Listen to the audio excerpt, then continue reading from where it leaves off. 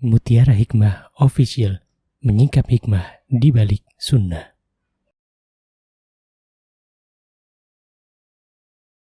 Salurkan donasi terbaik Anda untuk mendukung dakwah Mutiara Hikmah Official.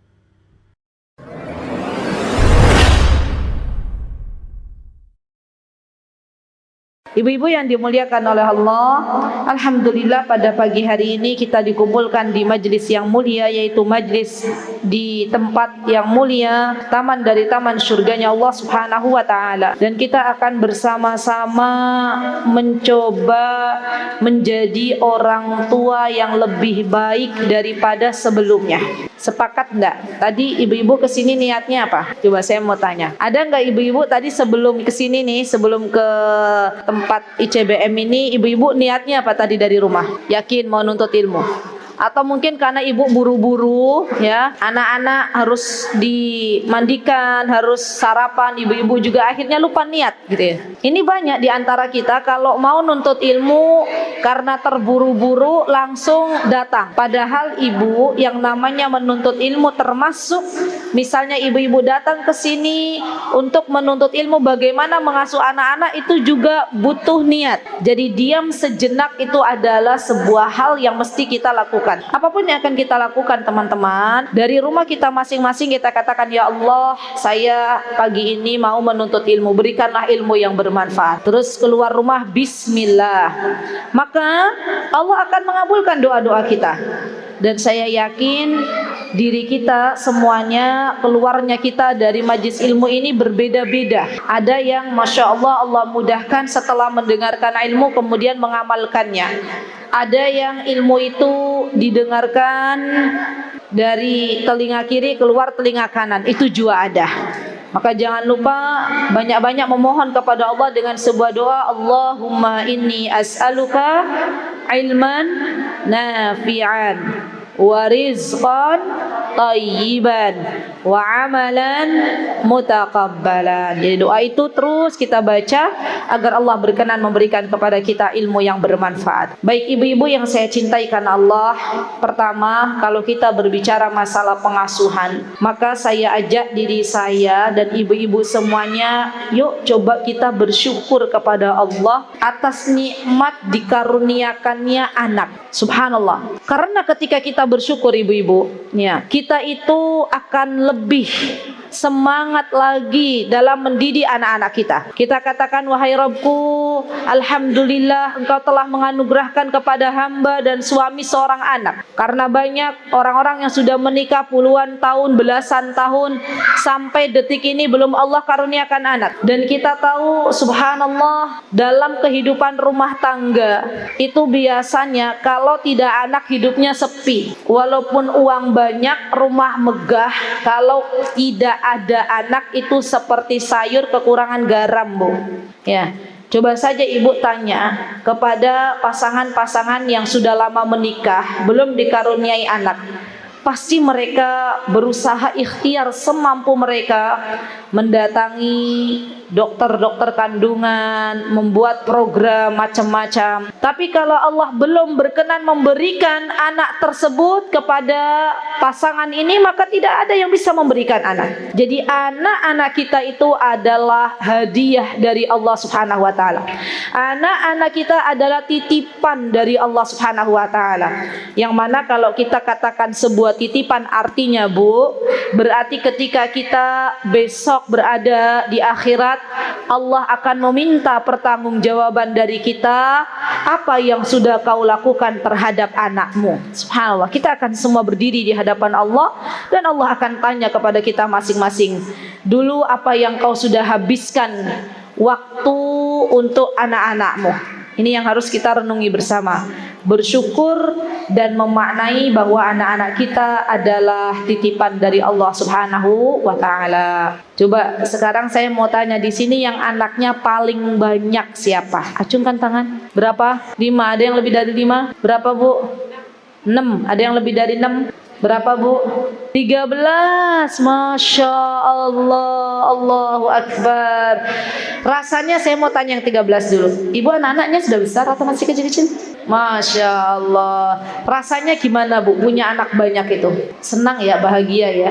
Alhamdulillah. Baik, setelah kita bersyukur bahwa anak itu adalah hadiah dari Allah, dan setelah kita memaknai bahwa anak itu adalah titipan dari Allah, maka pengasuhan yang kedua ibu-ibu, dan ini menjadi pondasi formula yang mana tidak akan berubah. Walaupun nanti zamannya sudah bukan lagi zaman era digital, entah nanti besok zaman apa, yang jelas formula ini menjadi formula tetap bagi seluruh orang tua dalam mengasuh anak-anak. Apa itu formula yang harus kita lakukan? Bagi kita sebagai orang tua dalam mengasuh anak-anak, banyak-banyak mendoakan anak-anak kita, mengetuk pintu langitnya Allah Subhanahu wa ta'ala, mengasuh anak-anak kita dengan menitipkan kepada Allah Subhanahu wa ta'ala, zat yang tidak akan lalai dari apa yang dititipkannya.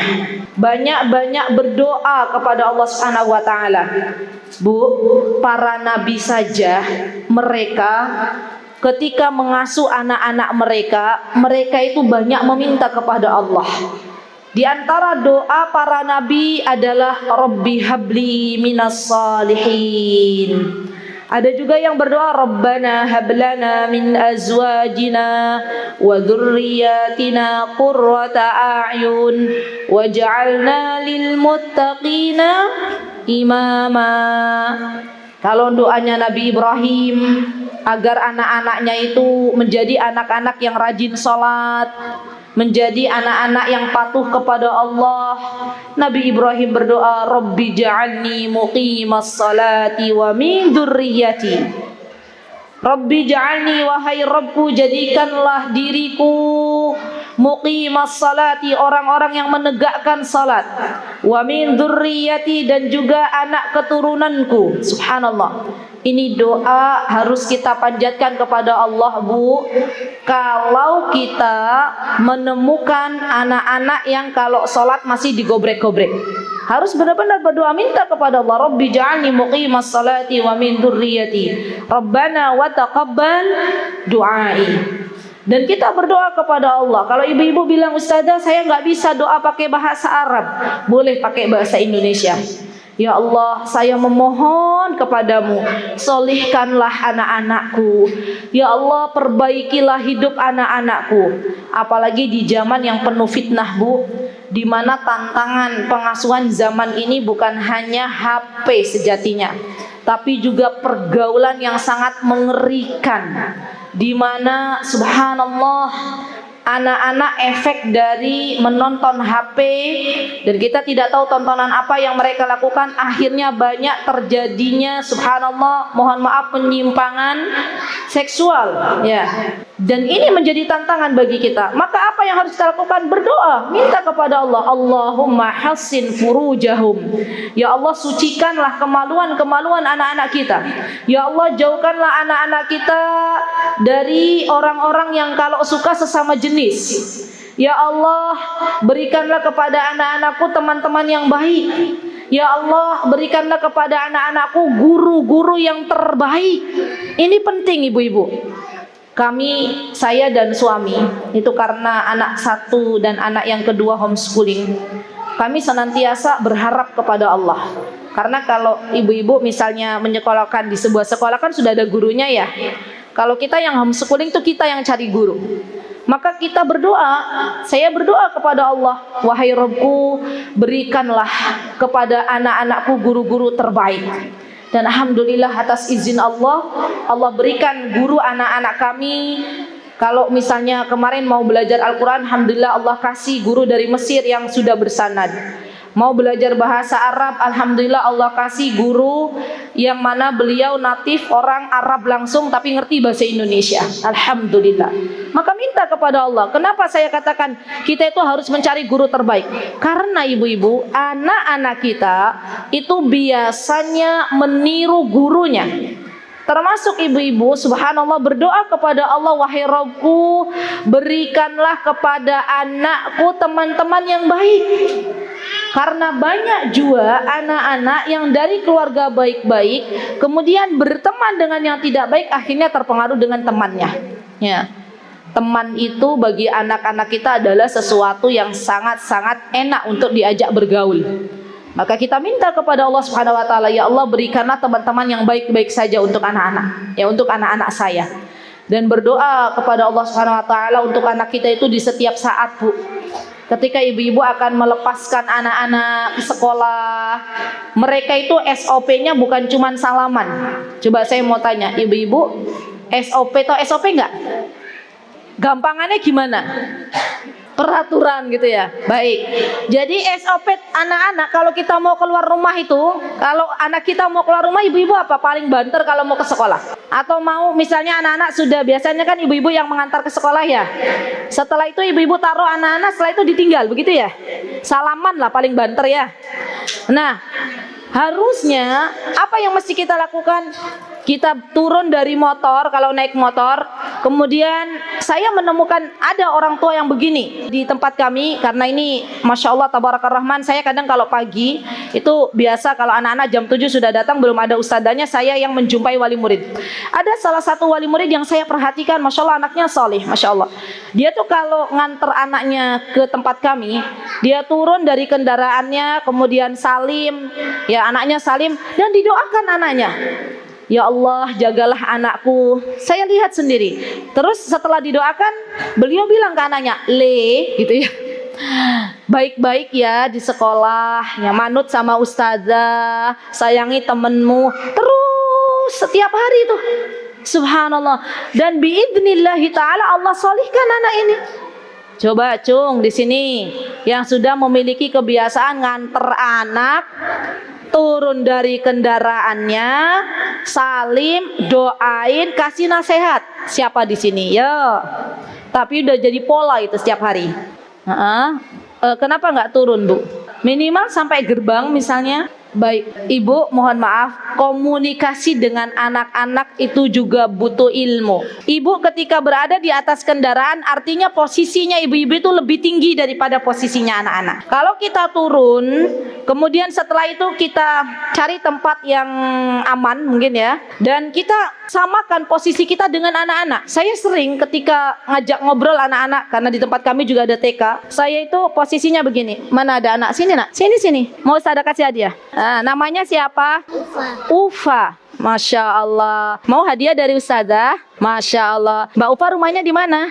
Masya Allah. Gini nih Bu, komunikasi sama anak-anak, dilus kepalanya, kita sejajarkan dengan anak-anak. Sejajar nggak saya sama anak-anak? Dia memandang saya nggak matanya? Mandang. Ini ya hadiah dari Allah. Karena Mbak Ufa sudah mau ke depan, ada hadiah dari Allah. Bilang apa? Hah?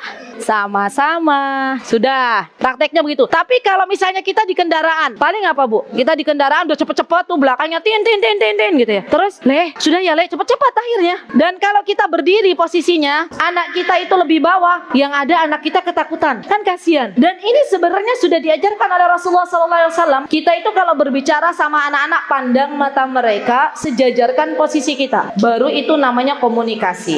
Ya, begitu ya Bu ya. Insya Allah. PR. Waduh, belum apa-apa udah ada PR. Jadi besok kalau mengantarkan anak, minimal kita turun, kemudian kita katakan, "Nak, di sini mau menuntut ilmu ya." Kemudian doakan, minta kepada Allah, "Wahai Rabbku, saya titipkan anakku di sekolah. Jagalah ia sebagaimana Engkau menjaga orang-orang yang saleh." Ya, siap ya ibu-ibu ya? Alhamdulillah. Baik, itu formula ibu-ibu mendoakan anak itu adalah sebuah hal yang sudah menjadi kepastian bagi kita sebagai ibu. Apalagi Rasulullah SAW mengabarkan bahwa ada 3 doa yang tidak ditolak di hadapan Allah Subhanahu wa taala. Apa doa yang tidak akan tertolak di hadapan Allah? Di antaranya adalah doanya orang tua untuk anaknya. Subhanallah. Jadi kita punya senjata ternyata dalam mengasuh anak-anak, yaitu mendoakan anak-anak kita. Sudah sesering apa kita mendoakan anak-anak kita? Atau mungkin kita hanya sibuk dengan dunia kita masing-masing. Dan jangan pernah salahkan ketika anak kita bermasalah baru kita kaget, baru kita seperti pemadam kebakaran yang datang ujuk-ujuk kalau sudah ada rumah kebakaran, gitu ya. Kan banyak orang tua tuh seperti itu. Kaget ketika dipanggil oleh pihak sekolah karena anaknya bermasalah. Dia menganggap bahwa anaknya selama ini fun, baik-baik saja. Padahal subhanallah bermasalah dan dia lupa untuk berdoa kepada Allah agar anak-anaknya disolihkan oleh Allah Subhanahu wa taala. Baik, kemudian formula yang akan kita harus lakukan sebagai orang tua dalam mengasuh buah hati kita, dan ini menjadi sebuah hal pondasi kapanpun zamannya. Setelah kita mendoakan anak-anak kita, menitipkan anak-anak kita, maka asuhlah anak-anak kita dengan penuh ketenangan. Dengan penuh apa, Bu? Artinya kita sebagai orang tua harus bisa menyelesaikan masalah pribadi kita terlebih dahulu. Tuntas dulu masalah dengan diri kita, baru kita bisa mengasuh anak dengan tenang. Bu, kalau ada orang tua sama pasangannya saja masih ribut, belum selesai, kira-kira bisa nggak mengasuh anak-anak dengan tenang? Belum bisa, karena dia masih punya masalah yang belum diselesaikan dengan pasangannya. Jadi yang namanya keluarga itu ketika mendidik anak-anak harus sejalan antara suami kita dan kita sebagai seorang ibu.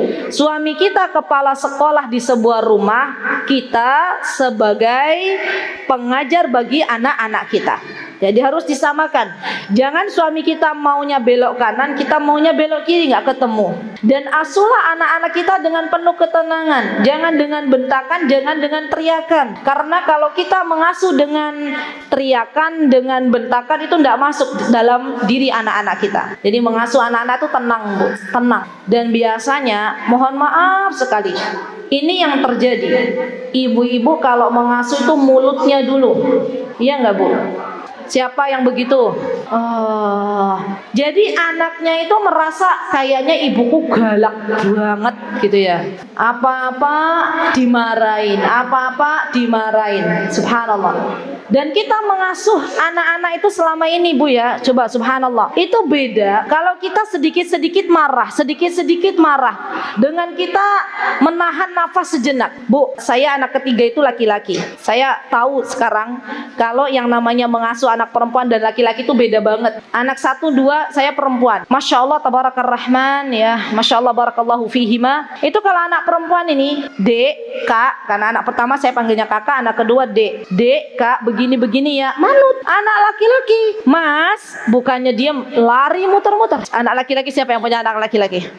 Maka apa yang mesti kita lakukan ketika mengasuh anak-anak seperti ini? Kita lus dada. Astaghfirullah wa atubu ilaik ya. Kita mengelus dada dulu. Setelah itu kita minta kepada Allah, ya Allah, tunjukkan hamba bagaimana ngurus anak laki-laki gitu ya. Jangan langsung memarahi anak tersebut, Bu, karena memang tipe anak laki-laki itu beda sama anak perempuan. Di tempat kami itu banyaknya Masya Allah laki-laki ya. Dan saya katakan kepada ustazah, alhamdulillah kita diberikan rezeki oleh Allah banyak anak laki-laki yang masuk sini. Ketika anak laki-laki itu aktif, maka kita bersyukur dulu, alhamdulillah. Bu, kalau anak ibu itu aktif, itu karunia dari Allah, rezeki dari Allah. Saya pernah berjumpa dengan seorang ibu, ini jamaah di Jawa Timur, itu anaknya nggak bisa loncat, masalah. Anaknya nggak bisa lari, masalah. Sampai beliau bilang ke saya, ustazah, ternyata ustazah anak nggak bisa loncat, saya ketumbuh kembang, anak nggak bisa merangkak, itu sebuah istilahnya keterlambatan dalam tumbuh kembang. Dan saya tuh berdoa kepada Allah, ya Allah, kepiye caranya ya Allah anakku bisa lompat, bisa lari. Lah ibu-ibu yang sekarang Allah berikan anak yang bisa lari, anak yang bisa lompat, tenang dulu. Dan jangan sampai ini, hati-hati ya, kita mengucapkan dengan sesuatu yang buruk untuk anak-anak kita karena doa ya. Jadi sepakat ya Bu, doainya yang baik-baik aja. Saya pernah diberitahu oleh kawan saya dulu di Yaman, ada seorang syekh yang sekarang jadi syekh, orangnya jadi ulama besar yang banyak bermanfaat untuk orang banyak, untuk para thalabul ilm. Beliau mendapatkan cerita, dan ini insya Allah sahih ceritanya. Syekh ini dulu kecilnya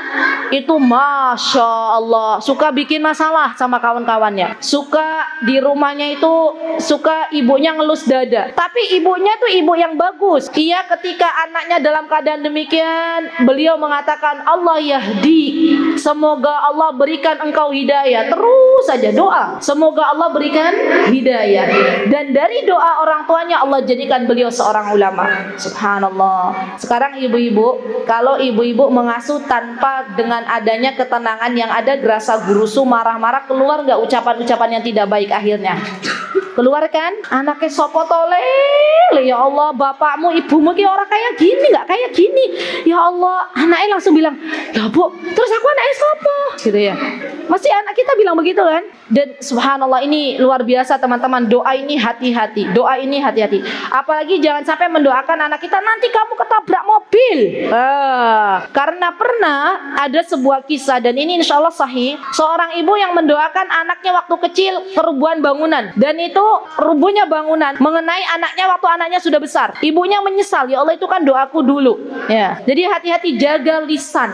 Dan ini penting banget agar kita itu bisa berhati-hati ketika mengasuh anak-anak kita. Baik. Kemudian yang keberapa itu?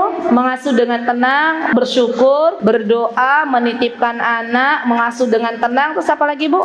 Baik, kemudian sekarang yang kelima. Apa yang mesti kita lakukan ketika mengasuh anak-anak? Kapanpun zamannya, mendampingi anak-anak, bonding dengan anak-anak, dekat dengan anak-anak.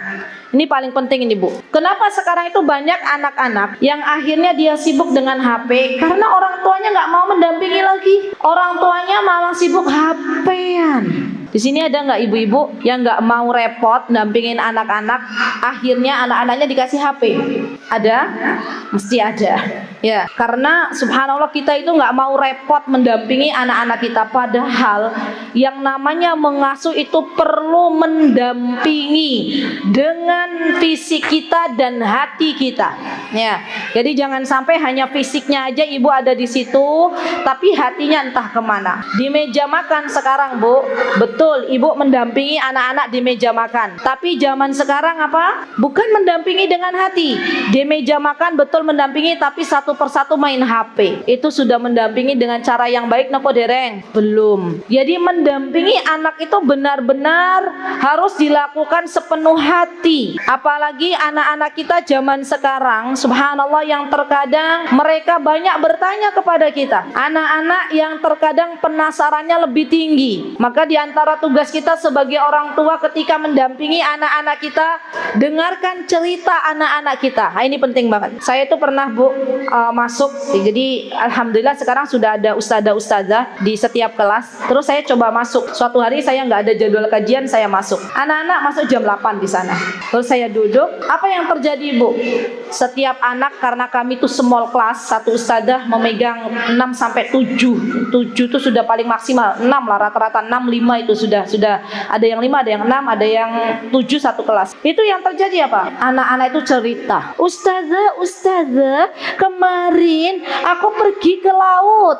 Ustazah, kemarin aku dibelikan ini. Pernah nggak begitu? Kira-kira artinya anak-anak kita itu hobi bercerita apa mboten? Ibu-ibu kalau anaknya pulang masih bercerita kepada ibu-ibu katakan alhamdulillah masih dipercaya oleh anak kita. Jangan sampai begini, anak kita bercerita, maaf ya Dek, sebentar orderannya belum selesai. Closing gitu. Nanti anak-anak kita sudah tidak nyaman dengan kita, cerita ke temannya. Alhamdulillah anak-anak TK ceritanya ke ustazah. Ustazahnya alhamdulillah positif. Oh nak, kalau dibelikan ini bersyukur ya sama Allah, kan begitu ya. Tapi kalau mereka sudah cerita, misalnya anak laki-laki kita bercerita kepada teman perempuannya, anak perempuan kita bercerita kepada teman laki-lakinya, baik itu di dunia nyata maupun di dunia sosial, berarti kita sudah kehilangan kepercayaan pada diri anak-anak kita terhadap kita. Ibu-ibu ya, jadi siap mendampingi anak-anak itu mendengarkan ceritanya mereka. Dulu saya masih ingat, Bu, waktu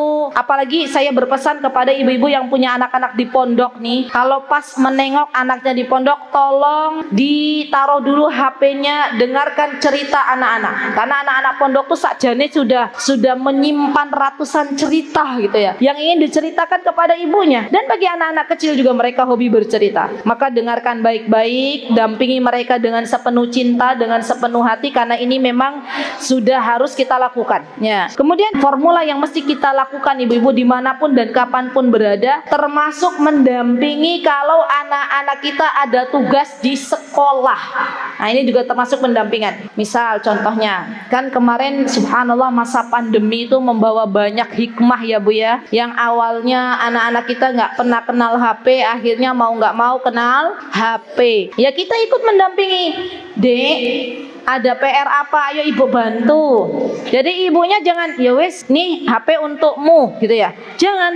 Tetap yang namanya anak-anak itu kadang belum bisa membedakan mana yang baik, mana yang buruk. Tetap kita harus mendampingi. Mau buka apa? Ibu ketiin ya. Nanti kita cari bareng. Saya sering seperti itu dengan anak-anak karena memang anak-anak juga belajarnya di rumah. Jadi misalnya, Dek mau belajar apa? Ayo Umi carikan mana yang bagus. Oh ini yang bagus, kamu tonton ini ya. Gitu. Kita dampingi. Jadi kita tahu oh anak kita tuh berselancar di dunia maya kemana aja. Ini termasuk pendampingan. Termasuk pendampingan juga ibu-ibu. Kalau kita sudah memutuskan anak kita misalnya melihat HP di era sekarang ini, termasuk dalam pendampingan adalah melihat histori dari apa yang sudah ditonton oleh anak-anak kita. Ibu-ibu tahu histori nggak? Apa itu histori? Wah update di sini ya. Masya Allah. Ini saya kira orang-orang kampung nggak update. Ternyata masalah itu update juga ya. Ya apa yang sudah ditonton anak kita itu kan ada kan historinya. Kira-kira apa yang sudah ditonton? Itu kita harus mendampingi. Oh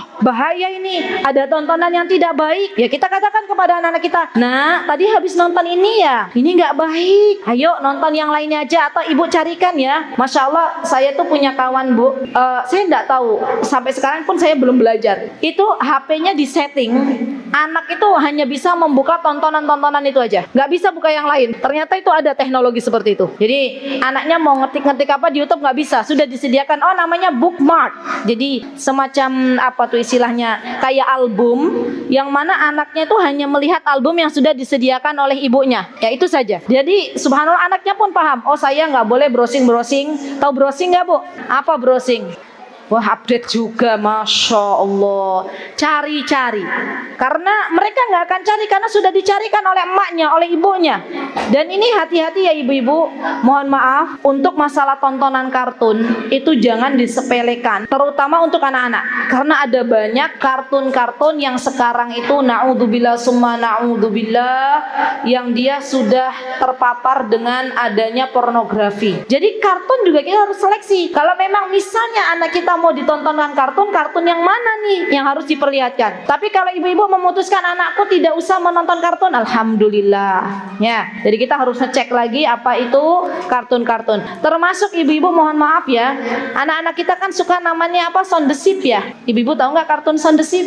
Nah itu kita bilang, kita anak-anak kita mau itu, temanku nonton Sound the Ship misalnya, terus kita bilang, Dek, apa nggak malu kamu? Itu kan Sound the Ship-nya nggak bisa bicara, kan Sound the Ship nggak bisa bicara kan? Ibu-ibu tahu ya kartun itu? Masa kamu nonton orang yang nggak bisa bicara? Ini nggak ada, nggak baik ini nak. Gitu. Kita katakan kepada anak kita bahwa itu tuh kartun jelek, kartun nggak bagus. Kalau kita tidak menontonkan kartun sama sekali malah lebih bagus. Tapi kalau anak kita sudah terpapar dengan kartun, maka kita berikan pendampingan yang lebih kepada anak-anak kita. Pastikan kartunnya nggak ada berbau-bau pornografi, karena sayang sekali zaman sekarang itu banyak ya seperti pornografi itu masuk dalam kartun anak-anak. Ya, baik. Jadi pendampingannya di dunia nyata dan di dunia maya. Ya, baik ibu-ibu yang dimuliakan Allah. Kemudian apa yang bisa kita lakukan dalam mendidik anak-anak kita, dalam mengasuh anak-anak kita di zaman di era digital ini? Di antaranya berikan aktivitas yang banyak untuk anak-anak, terutama usia dini. Karena yang namanya anak-anak itu sebenarnya mereka itu butuh perhatian dari kita, dan kita harus banyak menyediakan aktivitas yang beragam. Anak-anak itu fitrahnya adalah gampang bosan. Ya nggak usah dah. Gampang bosan kan? Ayo menganyam. Dia menganyam. sudah ustazah, mewarnai, sudah ustazah, begitu kan. Terus menggambar ya nak, sudah gitu. Jadi minimal aktivitas yang harus disediakan untuk anak-anak itu minimal kurang lebih 20 aktivitas sehari. Banyak nggak? Jadi ibu terus saja, apalagi sekarang Masya Allah sudah banyak kita cari di internet, misalnya di lembar kegiatan, itu banyak sekali. Tanpa ibu-ibu misalnya, berarti kita harus ke toko buku ya, berarti kita harus cari di mana? Enggak, kita cari aja di internet, searching, kita tulis kegiatan untuk anak-anak usia dini, wah itu keluar semua tuh ya. Jadi subhanallah, internet juga ibu, ya itu tidak selamanya buruk ya. Ada juga kebaikan yang bisa kita ambil di dalamnya. Di antaranya kita mencari kegiatan atau lembar kerja bagi anak-anak. Masya Allah tabarakar rahman, saya punya kawan saya itu Masya Allah, dia punya IG-nya itu khusus kegiatan anak-anaknya. Anaknya homeschooling, anak masih kecil, tapi Masya Allah dia abadikan kegiatan anak-anaknya itu di sebuah history di Instagram itu. Masya Allah, saya sampai berpikir, ya Allah kok ya iso ya kayak gini dijadikan sebagai apa, kreativitas. Jadi yang ada di rumah aja, misalnya contoh, dan itu Masya Allah bagus-bagus. Ada ember, ya kan Bu, ember punya nggak ember? Terus nanti ada bola dimasukkan, itu juga sebuah hal yang mungkin sepele ya, tapi bagus buat anak-anak. Atau misalnya kardus digunting-gunting dibuat apa, itu juga Masya Allah kreativitas yang sangat luar biasa. Jadi banyak sebenarnya kreativitas yang bisa dibuat oleh anak-anak sehingga bisa menjauhkan mereka dari paparan HP ya. Yang ada itu ibu zaman sekarang tuh mohon maaf sekali, kadang ada rasa malas mencari beragam aktivitas, padahal itu untuk kita itu luar biasa. Coba ibu, saya mau tanya, kita termasuk anak-anak yang zaman dulu kala itu beragam aktivitas. Apa contohnya? Engklek gitu kan ya. Terus apa lagi? Apa, congklak gitu kan, dakon, petak umpet, gobak sodor, itu anak-anak suka. Apalagi ibu-ibu, ibu punya anak-anak tipenya outdoor, wah itu seneng banget, Masya Allah. Termasuk diantara aktivitas yang disenangi kalau ibu-ibu, jadi anak itu tipenya dua ya Bu. Ada anak yang tipenya indoor itu tipenya kalau mewarnai halus, kalau menggambar suka udah ngutuk aja, ada nggak ngutak aja, paham dah Bu, menggunting, itu ada anak tipe begitu. Ada anak yang tipenya nggak mau seperti itu, bosan, dia maunya keluar ya. Maka kita fasilitasi anak-anak yang demikian, berarti aktivitasnya beda dengan anak-anak yang indoor. Kita bilang begini ke masnya, biasanya anak laki-laki, mas ayo nak kemah bareng.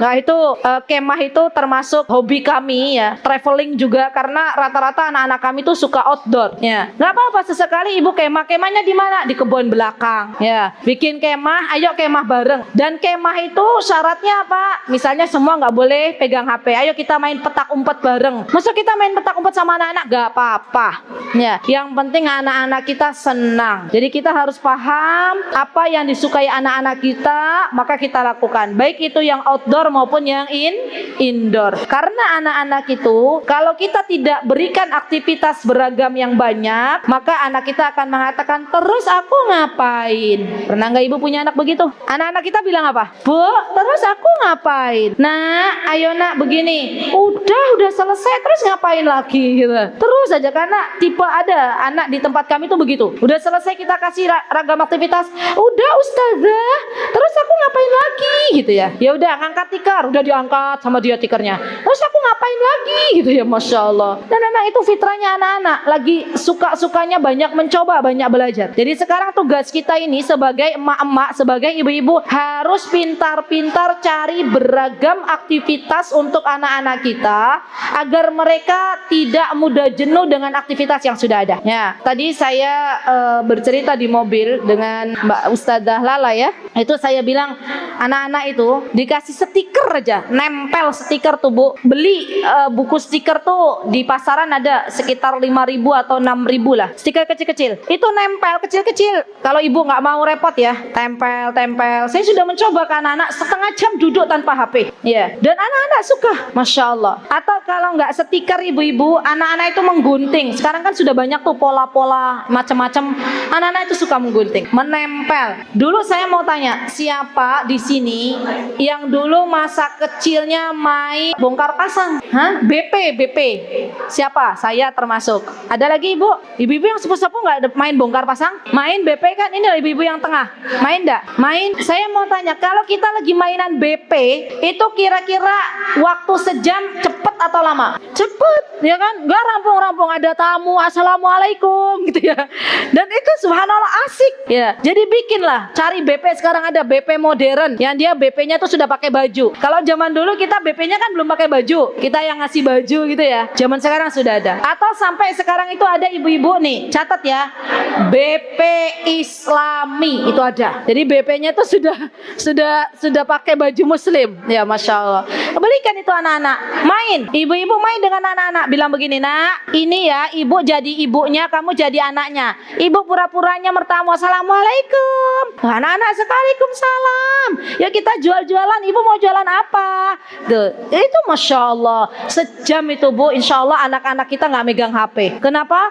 Karena dia ada aktivitas yang bisa dilakukan. Maka beragam aktivitas ini juga penting. Baik. Kemudian ibu-ibu yang dimuliakan Allah, ini penting juga. Ini yang paling penting mungkin ya. Tanamkan rasa muraqabah kepada anak-anak kita. Apa itu muraqabah? Merasa diawasi oleh Allah Subhanahu wa taala. Jadi sedikit-sedikit kita bilang, "Nah, apa yang kamu lakukan, apa yang ibu lakukan, semuanya tuh dilihat sama Allah. Allah tuh punya CCTV. CCTV-nya nggak pernah padam. Listrik mati aja di rumah kita, CCTV Allah tetap nyala. Allah tuh maha melihat apa yang kamu lakukan. Itu Allah melihat. Bahkan masya Allah, penglihatan Allah itu berbeda dengan penglihatan kita sebagai manusia. Ibu nggak bisa lihat apa yang ada dalam hatimu, tapi Allah bisa lihat. Kadang anak begini, bu, Allah ada di mana? Allah ada di arsy, nak. Ya.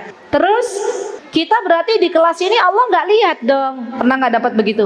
Pertanyaan dari anak-anak. Nanti kita jawab, nak, penglihatan kita dengan Allah itu berbeda. Kalau ibu melihat kamu di kelas, ya ibu cuma bisa melihat apa yang ada di depanmu, tapi ibu tidak bisa melihat apa yang ada di belakang ibu, gitu ya. Allah melihat apa yang ada di depannya, semut yang kecil pun Allah melihat. Oh iya, saya jadi ingat masalah muraqabah ini. Jadi di tempat kami, monggo silakan, mau ditiru kurikulumnya boleh. Di sini boleh Ustazah. Kami tuh ada kurikulum namanya mengenalkan Asmaul Husna kepada anak-anak. Itu 1 pekan di hari Senin, kelas klasikal. Jadi kami buat media pembelajaran. Saya lupa nama IG-nya. Ada sudah buat. Dia malah bagus. Nanti Asmaul Husna itu kita sajikan kepada anak-anak dengan bahasanya anak-anak. Di tempat kami itu ada proyektor yang berada di kayak aula di joglo, dan itu memang untuk pembelajaran anak-anak. Baik, nanti insya Allah saya kirim ke Ustazah saja ya, Ustazah ya, insya Allah kalau sudah ketemu. Jadi itu ada semacam gambar yang mana kita nanti perlihatkan di depan anak-anak. Gambar tersebut mengajarkan anak-anak tentang Asmaul Husna. Misalnya Allah maha melihat, di gambarnya disiapkan bahwa penglihatan Allah itu berbeda. Di depan ada boneka, ada mainan, di belakang ada burung. Misalnya penglihatan kita terbatas, kita tidak bisa melihat burung yang ada di belakang, tapi Allah melihat semut yang ada di dalam tanah sekalipun. Itu kita ajarkan. Termasuk ini penting juga ibu-ibu, kurikulum Asmaul Husna. Monggo silahkan. Kan kadang begini, kita itu lebih menghafal Asmaul Husna. Ibu-ibu hafalkan ya Rahman, ya Rahim, gitu-gitu ya. Tapi kita nggak memaknai Asmaul Husna. Padahal dari Asmaul Husna, Allah maha melihat, Al-Basir, Allah maha menyembuhkan, Asy-Syafi, Allah maha memberi, Ar-Razzaq. Itu bisa kita tanamkan dalam diri anak-anak, sehingga pendidikan tauhid di usia dini bisa tercapai. Ya, masya Allah.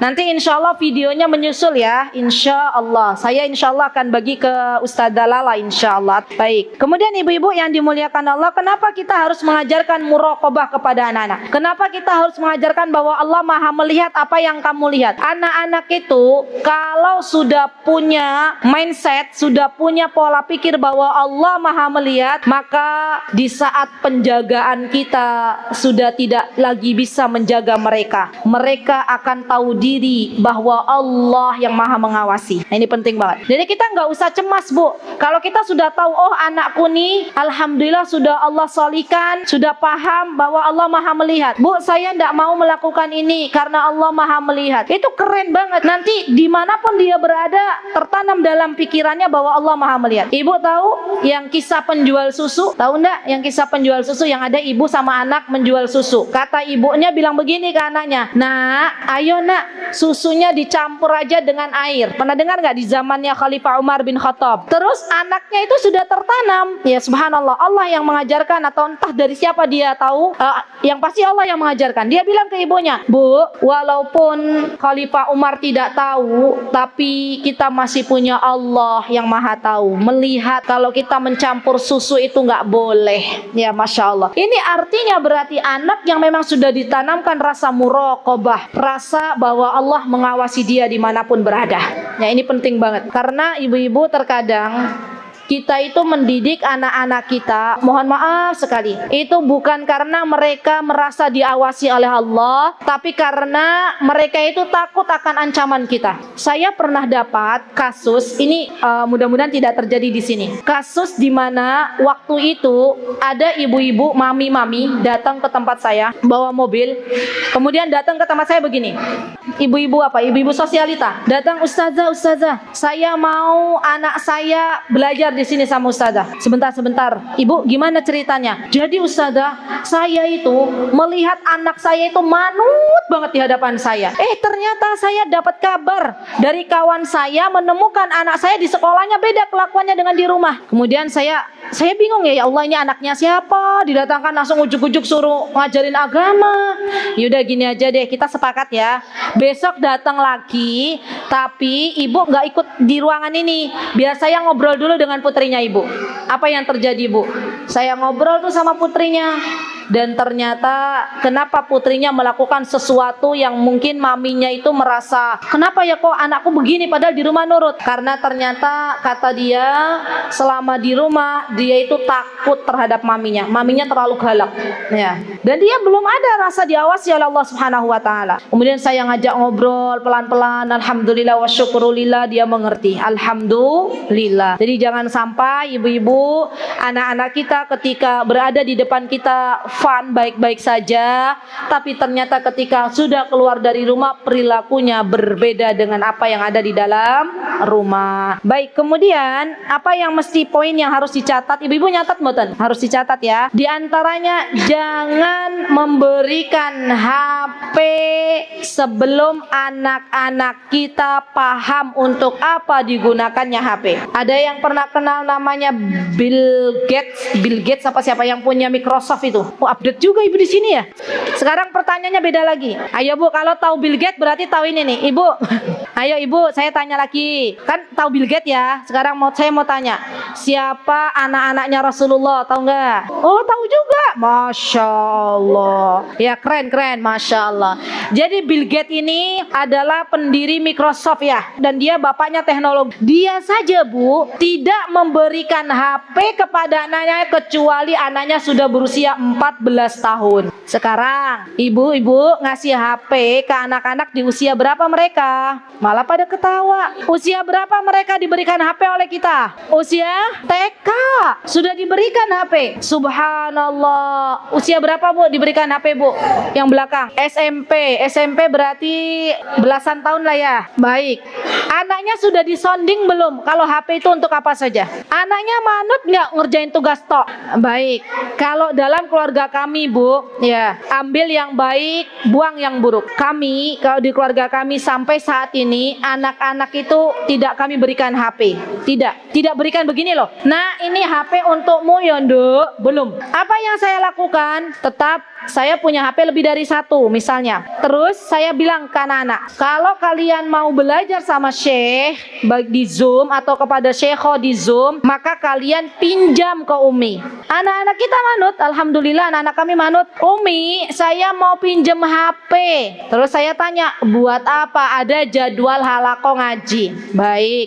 Sama siapa halaqahnya? Sama ini. Jam berapa halaqah Qur'annya? Dari jam 10 sampai jam 11. Oke, baik. Berarti kalau begitu nanti jam 11 HP-nya balik lagi ke Umi. Jam 11 saya pantau, oh belum selesai. Jam 11 lebih 5 menit sudah selesai. Mereka kembalikan HP. Ini HP-nya. Jazakillahu khair. Selamat Bu kita Bu. Daripada kita kasih ke anak kita, Duk, karena sekarang zamannya online gitu ya. Jadi ini ibu belikan HP ya. Nih HP untukmu. Anak-anak merasa nggak bahwa ini miliknya? Merasa. Dan kalau orang tuanya bertanya, Ibu Ki kenapa toh? Ini kan HP-ku. Begitu kan? Bahkan mereka subhanallah anak-anak zaman sekarang menyembunyikan HP, dikunci kamarnya, nggak mau ibunya melihat apa yang telah ditontonnya. Itu bahaya banget Bu. Jadi daripada kita itu nanti menyesal, lebih baik jangan berikan HP dulu kepada anak-anaknya. Kalaupun misalnya ada kepentingan, sistemnya pinjam. Nah, ini lebih selamat menurut kami. Jadi silahkan ibu-ibu mau ambil yang mana monggo. Dan juga ibu-ibu perlu diketahui, kalau ibu-ibu punya anak-anak kecil ya, maka lebih baik kalau mau WhatsAppan, kalau mau video callan sama neneknya misalnya, maka kita dampingi ya. Jangan sampai kita berbangga-banggaan anak kita iso WhatsAppan, terus kita bilang anakmu iso WhatsAppan belum? Belum terus kita jadi minder. Kalau kita mau menghubungkan anak-anak kita dengan keluarga dekat kita, maka kita coba katakan, ayo nak, sekarang kita video callan ya sama nenek. Saya sering begitu. Jadi kita kumpul bareng, saya, anak saya, 1, 2, 3, suami saya, terus bukan pakai HP, biasanya pakai laptop besar, terus kita video callan bareng sama neneknya. Itu kita video callan. Kalau suami saya pas lagi tindak gitu ke luar kota juga seperti itu. Kita sekarang mau nelfon Abi ya, ayo kita video callan bareng. Nah, itu akan lebih terjalin bonding kita, dan juga anak-anak kita akan lebih mengerti apa sejatinya HP itu digunakan untuk apa. Begitu ya Bu ya. Jadi jangan sampai justru kita berbangga-banggaan kalau anak-anak kita bisa WhatsAppan atau bisa video callan tanpa pendampingan dari kita.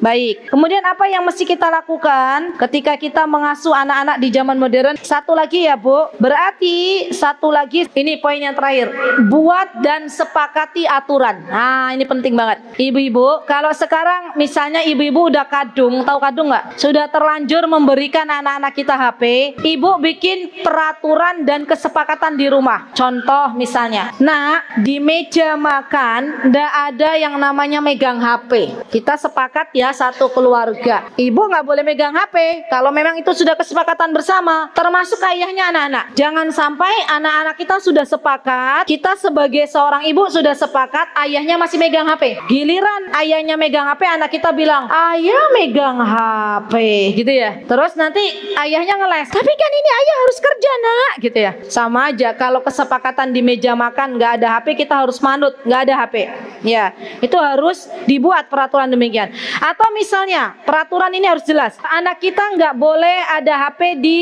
ruang tidur. Kami nggak membiasakan anak-anak ketika sudah tidur, mau tidur itu anak saya dibacakan buku oleh suami saya, kemudian setelah itu HP dijauhkan. Jadi HP itu ada tempatnya sendiri. Jangan karena alasan mau ngecas di dalam kamar, akhirnya kita memasukkan HP ke dalam kamar. Tidak ya. Pertama juga radiasi ya Bu. Yang kedua, anak kita akan melihat ada HP di kamar ya. Jadi HP ini tidak boleh masuk ke kamar kalau mau tidur, nggak boleh ya. Apalagi sampai ada anak-anak yang justru diberikan HP oleh emaknya, oleh ibunya ketika mereka mau tidur. Ustazah, biar anak-anak itu mau tidur, biasanya anak saya itu biasa nonton terus dia tidur. Kalau mau makan, biasa ada ibu-ibu yang begitu juga. Mau makan, anak saya baru mau makan kalau dia nonton. Subhanallah, itu perkara yang tidak bisa kita jadikan sebagai kebiasaan. Yang ketiga nih Bu, aturan yang harus kita lakukan kalau lagi kumpul keluarga keluarga. Kalau lagi ada tamu, kita berkunjung, silaturahim kemana, itu kita sepakati. Nggak ada HP ya. Umi juga nggak megang HP. Ya. Kenapa? Karena kalau kita tidak membuat peraturan demikian, maka yang ada kita kumpul keluarga, tapi di situ HP-an semua. Ya. Jadi ini penting karena merupakan sebuah pondasi yang harus kita perhatikan baik-baik dan juga kita menjadi teladan bagi anak-anak kita. Baik, itu yang bisa saya sampaikan ibu-ibu. Mohon maaf jika ada kesalahan. Yang paling penting itu kita amalkan bersama. Mudah-mudahan Allah Subhanahu wa taala memberikan keistiqomahan untuk kita dalam membimbing buah hati kita, dan jika ada yang benar datangnya dari Allah Subhanahu wa taala, jika ada yang salah datangnya dari saya pribadi, saya mohon maaf yang sebesar-besarnya. Aqulu qauli hadza wastaghfirullah li wa lakum wa akhiru da'wana alhamdulillahi rabbil alamin. Wassalamualaikum warahmatullahi wabarakatuh. Mutiara Hikmah Official, menyingkap hikmah di balik sunnah.